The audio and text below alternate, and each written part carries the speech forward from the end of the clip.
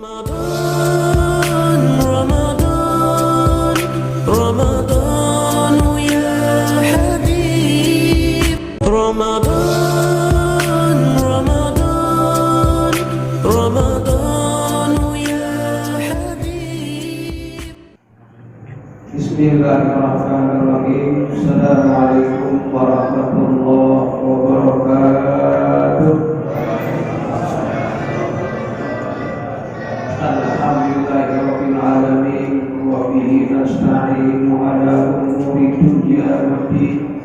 Wassalatu wassalamu ala asrafil anbiya'i wal mursalin sayyidina wa habibina wa syafiina wa maulana Muhammadin wa ala alihi wa sahbihi ajma'in, amma ba'du.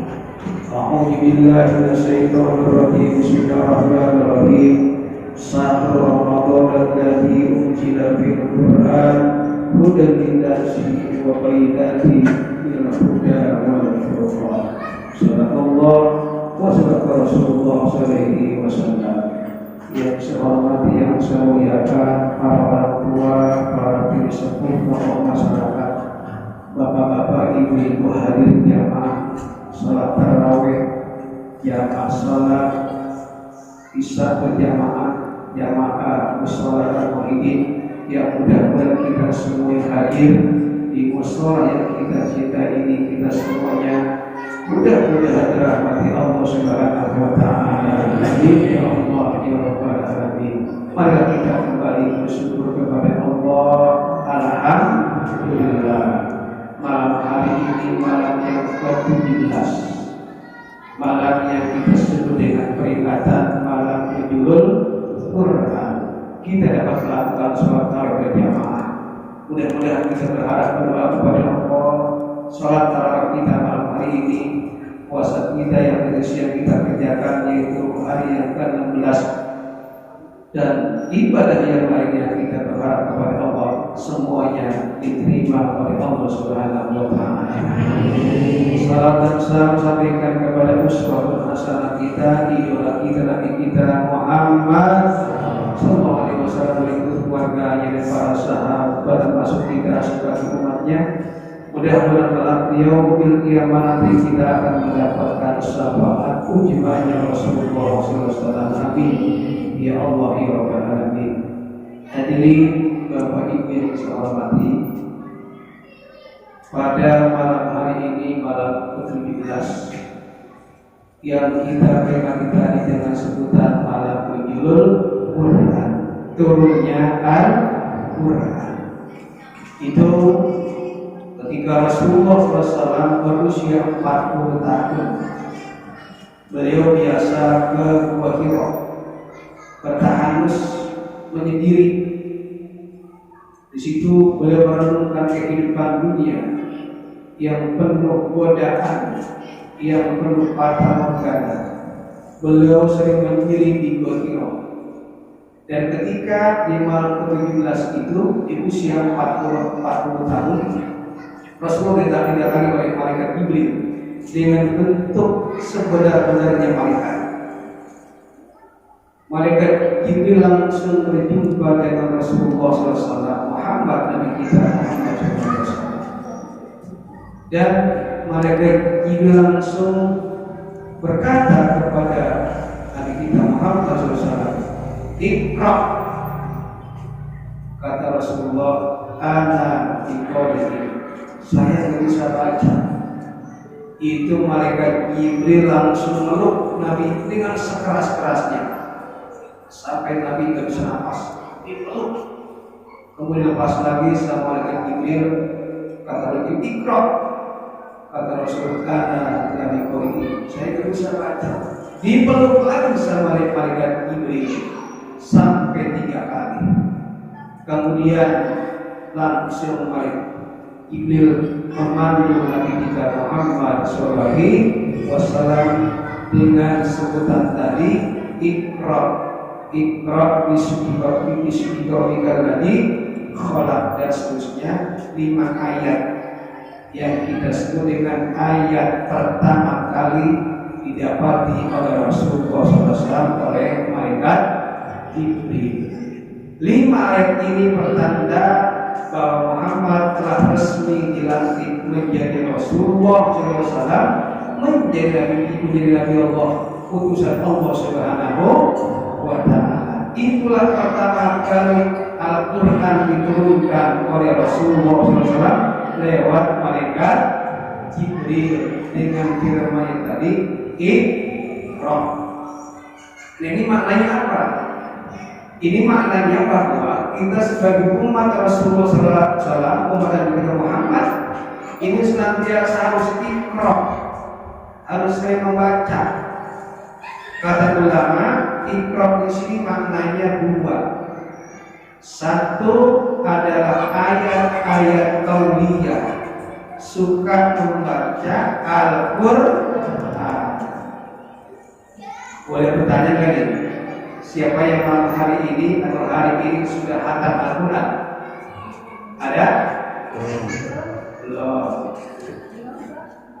Ini memang kata Allah dalam Al-Quran, Syahrul Ramadan alladzi unzila fihi al-Quran hudan lin-nasi wa bayyinatin minal huda wal furqan.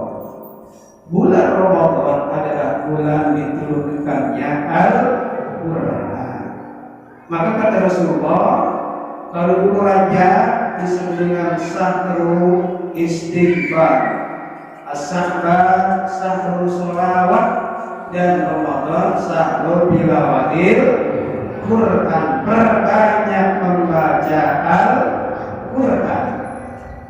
Dalam kitab Manhajus Sawi disebutkan bahwa ketika orang membaca Al-Quran, itu kita sedang dimuliakan oleh Allah Subhanahu wa Ta'ala. Dan ketika dimuliakan oleh Allah Subhanahu wa Ta'ala, itu malaikat-malaikat datang kepada kita, menghubungi kita. Di sekeliling kita itu banyak malaikat mendengarkan bacaan kita. Untuk apa? Karena ingin mendapatkan kemuliaan dari orang yang membaca Al-Quran. Malaikat saja ingin dekat kepada orang membaca Al-Quran karena ingin mendapatkan kemuliaan orang baca Al-Quran.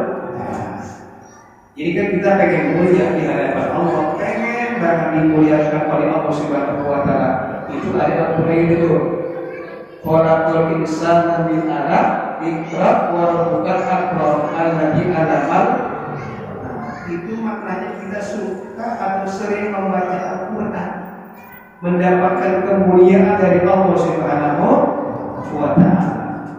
Itu Al-Quran itu adalah semacam buku pedoman. Kalau kita beli barang nih, beli kipas angin aja, itu di kardusnya biasanya ada kertas, ada bukunya. Itu cara penggunaannya dan cara pemakaiannya. Supaya apa? Supaya kipas angin yang kita beli awet, nggak cepat rusak. Beli remote aja, remote itu ada buku pedomannya. Beli HP apalagi, beli motor, beli mobil pasti ada buku pedomannya. Ini pabrik yang mengeluarkannya supaya konsumen yang memakainya, mempergunakan barang yang dia beli itu nggak cepat rusak. Tuh, Allah juga sama. Allah menciptakan kita, dan kemudian Allah memberikan buku pedoman kepada kita supaya kenapa? Supaya enggak rusak. Jangan sampai kita kasih orang yang rusak, orang yang rugi di hadapan Allah Subhanahu wa Ta'ala. Nih kata Allah, ya likal kitab la raiba fihi hudan lil muttaqin. Itu Alkitab Al-Quran hudul muttaqin sebagai petunjuk pedoman.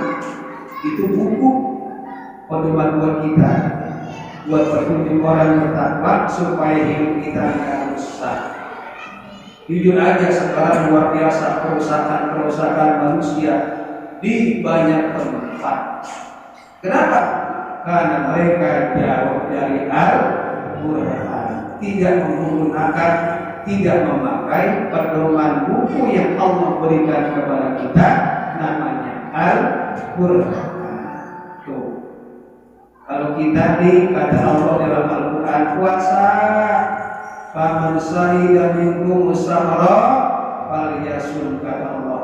Jika kalian berjumpa, bersua, bertemu dengan bulan yang namanya Ramadan, puasalah. Puasa ini kan pedoman. Coba kita keluar, banyak nggak orang yang nggak puasa? Banyak nggak? Banyak. Berarti mereka tidak menggunakan perintah pedoman buku Al-Quran. Tuh, contoh itu. Kenapa? Banyak yang rusak, banyak yang rugi. Ini Allah berikan kepada kita buku pedoman. Kita baca, kita renungi, kita maknai, lalu kita amalkan. Disebutkan oleh Imam Ali, salah satu ciri orang yang bertakwa adalah wa ya'malu bima bihi tanjil, mengamalkan dari apa-apa yang Allah turunkan, yaitu Al-Quran. Kita ini hidup di era modern. Ini Al-Quran sejak 14 abad yang lalu tidak berubah-ubah, itu aja. Dan itu sangat membantu kepada kehidupan kita. Sekarang ini banyak hukum ini, hukum itu berkembang, tetapi Al-Quran sudah luar biasa.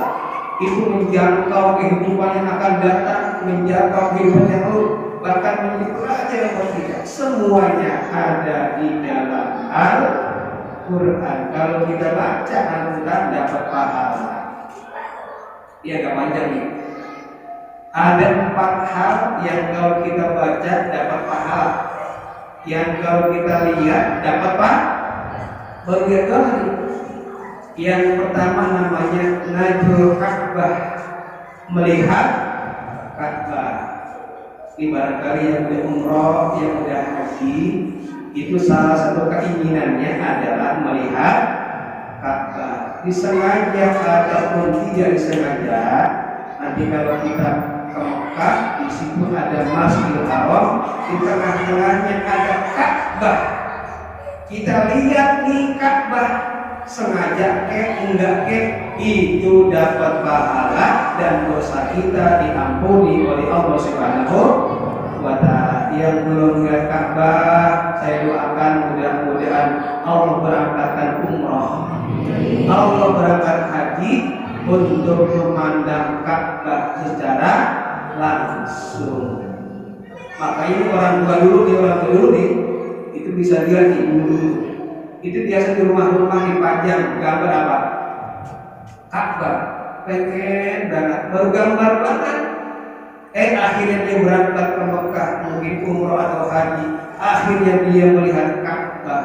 Orang yang melihat Ka'bah memandang langsung, maka dosanya diampuni dan dia dapat pahala.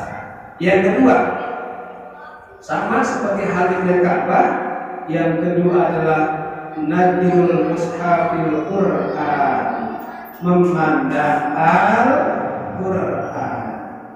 Kita ini punya Quran di rumah, punya kan? Wah, dulu zaman saya kecil Quran jarang. Kadang-kadang sekampung yang punya cuma 2, gurunya sama murid yang paling barangkali yang kaya. Sekarang Al-Quran ya Allah udah banyak. Di rumah kadang-kadang ada 5, di musola banyak banget Al-Quran, tapi sayangnya sekedar pajangan. Pas Ramadan ketemu Al-Quran dipegang, habis dipegang yang itu Al-Quran. Ditiup bener. Banyak apanya? Oh, debu, setahun nggak dibuka-buka. Kemudian dibuka, baca di Al-Quran, baca Fatihah. Beres baca Fatihah, Shadaqallahul Azim. Ditutup, hari kedua nggak dilihat, hari ketiga nggak dilihat, sampai hari yang ke-17 kagak dilihat. Padahal kalau kita lihat banget nggak dibaca nggak, baru kebat, ada huruf-hurufnya. Itu melihat Al-Quran dapat pahala dan dosa kita diampuni. Belum dibaca belum? Saya nggak bisa baca Quran, juga buka. 1 jam aja bukan bolak-balik terpahala. Nanti yang nggak bisa baca Quran pulang ke rumah lihat di sini, ambil Quran ya, dibuka, dibolak-balik kata istrinya, habis Pak, kata Ustaz suruh lihat Al-Quran terpahala. Jadi niat banget nih, makanya ada tulisan kaligrafi. Ini kita niat nih, ngerti nggak nih? Ini kan kaligrafi, wah ini tulisannya melingkar-melingkar begini, dapat pahala dan dosa kita diampuni oleh Allah Subhanahu wa Ta'ala. Itu yang kedua tuh, jadi kalau kita ingat Al-Quran, insya Allah akan pahala dan dosa kita diampuni. Yang ketiga adalah Najrul Waidain, memandang ayah dan ibu kita. Barangkali kita yang tua-tua udah nggak punya ibu, nggak punya bapak. Ada nih yang masih punya ibu dan punya bapak, barangkali di rumah atau di kampung. Kalau kita lihat bapak kita, ibu kita ini lihat aja, belum salaman belum, dan belum ngasih duit belum, baru pandang wajahnya. Kita pandang wajah ibu kita, maka kita dapat pahala, dosa kita diampuni. Nih saya pesan nih, yang punya ibu, yang punya bapak di rumah ntar pulang terawih mukanya dilihatin. Kata bapaknya, aduh boleh lihatin aja. Kata Ustaz kalau lihat muka bapak dapat pahala. Nah, makanya lihat orang kampung nih, yang di rumah nih, yang di kampung, di Jawa, niatin besok saya mau pulang kampung, mau silaturahim lebaran, ingin menatap wajah bapak dan ibu kita. Tuh, jadi kalau kita lihat wajah ibu kita, bapak kita, insya Allah sama halnya memandang Ka'bah, sama halnya memandang Al-Quran, dosa kita diampuni dan kita dapat pahala. Zaman sekarang Pak, itu banyak anak muda yang seger banget, ogah banget lihat bapaknya. Kata anak muda ini, saya benci pada mama saya. Benci, nggak mau taruh botol di dompetnya, nggak mau tuh. Kenapa? Ini sudah beban zaman. Ada bapak dibunuh, ada ibu dibunuh, luar biasa. Paling keramat. Kalau kita pandang, kita lihat, kita tatap wajah ayah ibu kita, insya Allah hidup kita berkah di hadapan Allah Subhanahu wa Ta'ala. Yang keempat nih, kalau kita pandang pahala dan sama seperti yang tiga tadi adalah najrul masakhif, memandang guru-guru kita. Jadi kalau ada guru datang kemari yang mengajarkan atau yang memberitahu siap, kita pandang wajahnya, itu insya Allah tanjul rahmat, betul rahmat Allah, dan kita dapat pahala, dosa kita diampuni oleh Allah Subhanahu wa Ta'ala. Nah, ini malam Al-Quran, kita kembali kepada Al-Quran, kita renungi Al-Quran sebagai pedoman hayat hidup kita. Insya Allah nanti ketika kita nanti di lubang kubur, ada salah satu pertanyaan buat kita. Apa pertanyaannya oleh malaikat munkar nakir? Ma imamuka, siapa imammu? Apa jawabannya? Al-Quran imami, Al-Quran imam saya. Itu malaikat juga ada 5 pertanyaan yang nanti malaikat munkar nakir nanya kepada kita. Man rabbuka, man nabiyuka, wa man ikhwanuka, wa man ibuka, wa man kiblatuka, dan wa man imamuka. Siapa Tuhanmu? Allah. Rabbi, siapa nabimu? Nabi Muhammad sallallahu alaihi wasallam.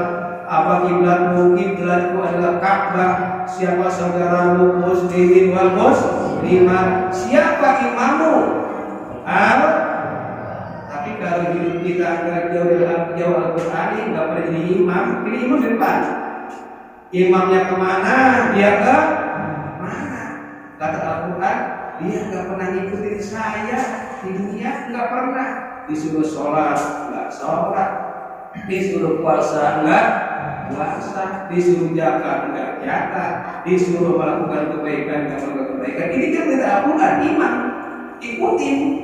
Tapi karena tidak perlu kita ditanya wahai mamuka, kita bisa jawab karena hidup kita jauh dari Al-Quran.